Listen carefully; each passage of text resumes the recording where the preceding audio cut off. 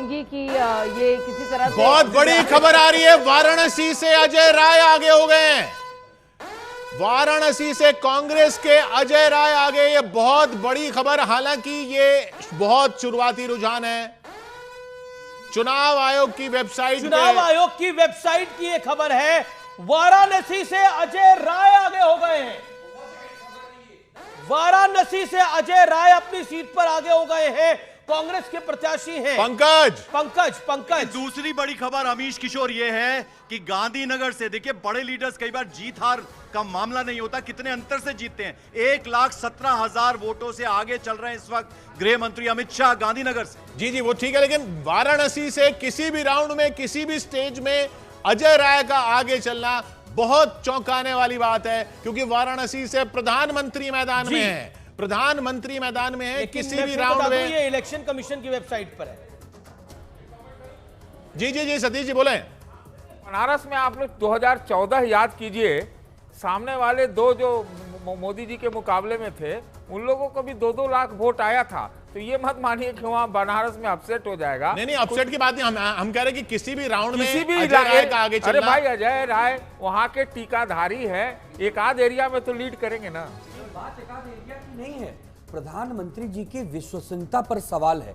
उन्होंने कहा था, न मुझे किसी ने भेजा है, न मैं यहाँ आया हूँ, मुझे माँ गंगा ने बुलाया। गंगा का क्या हाल कर दिया आपने। आज बनारस आपको जवाब दे रही है, और ये बहुत ही अभी आश्चर्यचकित करने वाली मुझे लगता है कि किसी ये एक ट्रेंड है। और जिसे कहते हैं जैसा सतीश जी ने कहा कि किसी एक इलाके में ऐसा हो सकता है। अमित शाह आगे चल रहे हैं, प्रधानमंत्री नरेंद्र मोदी की सीट पर अजय राय एक राउंड एक आंकलन में आगे हैं। वो इलेक्शन कमीशन का आंकड़ा है जो हमने बताया आपको।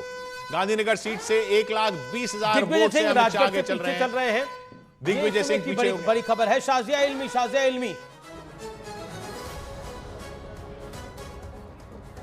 इल्मी। अमीश जी, राउंड्स ऐसी होते रहेंगे, काउंटिंग होती रहेगी। और देखिए, हम कुछ लोग हैं जिन्होंने चुनाव लड़े हैं, और ये बहुत ही एक एक्साइटिंग ये फेज होता है, और दिल दगदगी लगी रहती है, कौन आगे है पीछे, आप देखते रहेंगे ये।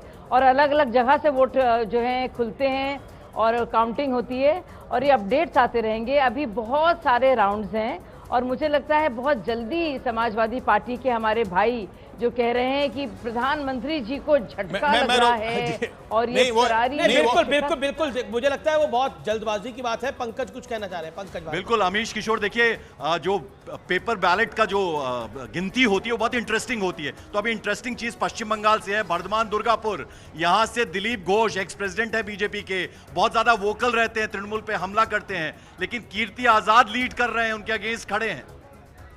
उधर हमारे साथ दानिश साहब जुड़े हुए हैं MIM से। दानिश साहब, इन रुझानों पर आप क्या कहेंगे? देखिए, रुझानों पर अब तक जो भी चीजें निकल कर आई हैं वो ये दिखाती थी कि जो पिक्चर बन रहा था स्क्रीन पे, और स्क्रीन के बाद अब जो सिचुएशन बनी है, ये हालात बनने थे। हालात टफ थे ही, इसमें कोई दो राय नहीं है। लेकिन मुझे लगता है कि तमाम लोगों ने मिलकर कोशिश की है भारतीय जनता पार्टी को रोकने की, और आने वाले टाइम में थोड़ा वक्त और लगेगा, 1 आध घंटे के बाद और बहुत पिक्चर थोड़ा सा साफ हो पाएगा। आप अभी उम्मीद कर रहे हैं ये गैप जो है 400 पार तो ठीक है। हाँ। अब लेकिन 372 के अंदर भी आके कहीं खड़े रहेंगे, या क्या सिनारियो बनेगा, ये तो आने वाला वक्त ही तय करेगा। लेकिन एक मैसेज बिल्कुल साफ है, अब तक जो चीजें निकल। अच्छा, बड़ी खबर, दिल्ली के रुझानों में 7 सीटों पर बीजेपी इस समय। राजेश गुप्ता जी हमारे साथ आम आदमी पार्टी के मौजूद हैं। 7 सीटों पर बीजेपी लीड कर रही है। राजेश गुप्ता हमारे साथ है। दिल्ली की 7 सीटों पर बीजेपी लीड कर रही है। राजेश गुप्ता, क्या कहना चाहते हैं आप? दिल्ली की 7 सीटों पर बीजेपी आ गई इस समय।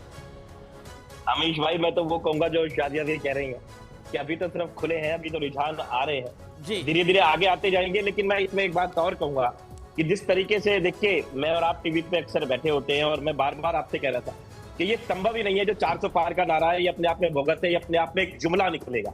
और आप देख लीजिए, आपके सामने है कि अभी आप ही की स्क्रीन पे मैं देख रहा हूँ 197 इंडिया के खाते में है।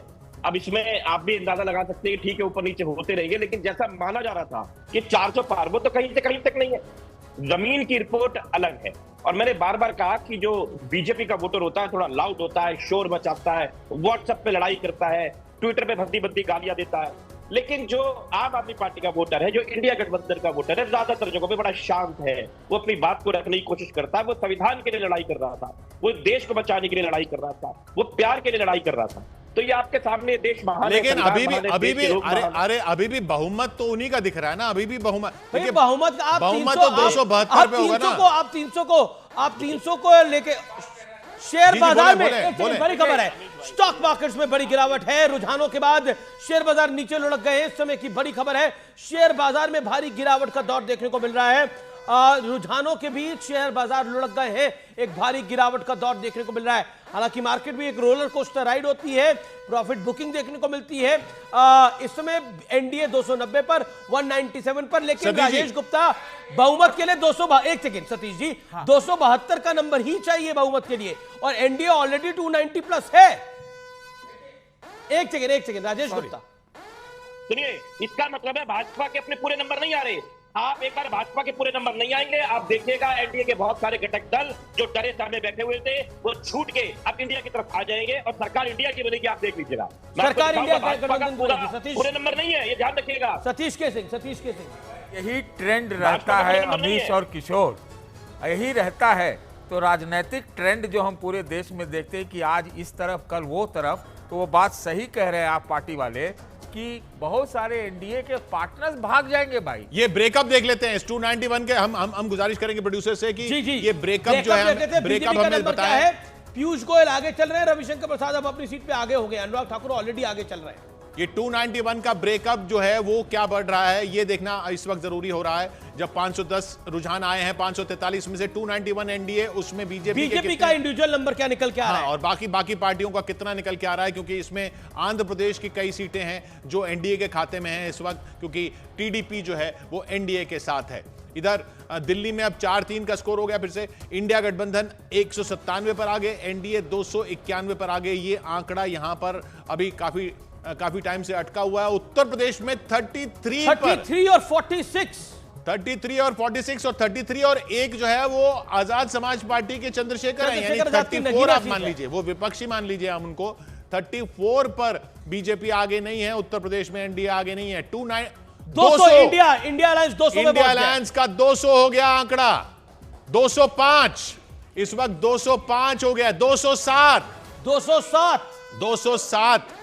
जी दुबे साहब। बात है, हम पहले से ही कह रहे हैं कि ये बहुत तेजी से बदलेगा। अभी तो आप ऐसा न देखें कि 250 न हो जाए, 250 इंडिया, तब क्या किया जाएगा। ये जो सारे एग्जिट पोल थे, सारे अनुमान थे, बेमौसम बरसात होगी, तूफान आएगा, कोई तूफान नहीं है, कोई बरसात नहीं है, एकदम शांति है। लोग इंतजार कर रहे हैं। देश ने बहुत बड़ा जनमत दिया है, आशीर्वाद दिया है। विपक्ष ने जिस प्रकार मोर्चेबंदी की है और भाजपा को रोकने का काम किया है, जनता अभी रुकी नहीं है साहब, अभी भी 290 पे है, अभी भी 272। फिर कह रहा हूं, जो अभी हम देख रहे हैं वो लीड्स बहुत ज्यादा थिन है, और जो टैली है वो बहुत ज्यादा जिसे कहते हैं बहुत सीटें ऊपर नीचे हो सकती हैं, ऊपर नीचे होती हुई दिख रही हैं। अभी मैं साक्षी महाराज की सीट ही देख रहा हूं, वहां पे अनु टंडन को 2640 के करीब वोट मिले हैं अभी तक, साक्षी महाराज को 3382 वोट मिले, यानी लीड कितनी कम है। अशोक पांडे जो बीएसपी के, उनको 481 वोट मिले हैं, यानी बीजेपी के जो प्रत्याशी है वो भी 740 सीटों वोटों से ही आगे चल रहे हैं वहां पर। जी हाँ, तो बहुत कम मार्जिन चल रहे हैं इस वक्त, बहुत टाइट फाइट चल रही है, बहुत कांटे की टक्कर चल रही है, ज्यादातर सीटों पर ऐसा देखने को मिल रहा है। अब इंडिया गठबंधन महाराष्ट्र में आगे हो गया,